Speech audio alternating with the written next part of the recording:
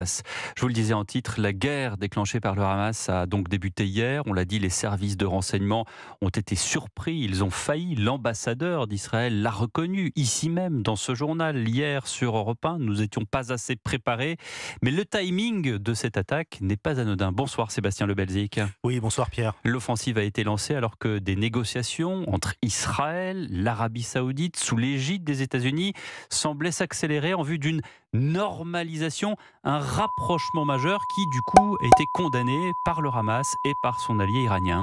Oui, effectivement, et certains voient d'ailleurs derrière ces attaques du Hamas l'intention de torpiller ces négociations visant à cette normalisation des relations diplomatiques entre Israël et l'Arabie Saoudite, négociations soutenues par Washington, mais combattues par l'Iran, le Hezbollah et le Hamas. Le mois dernier, à la tribune des Nations Unies à New York, le Premier ministre israélien, Benjamin Netanyahou, avait exalté la normalisation des relations d'Israël avec des pays comme les Émirats arabes unis, le Bahreïn, le Maroc et le Soudan. Il y a encore quelques semaines, il disait même rêver d'une paix qu'il qualifiait alors d'historique en écartant la question palestinienne. Mais ces attaques sur Israël remettent au premier plan l'urgence de régler le conflit israélo-palestinien.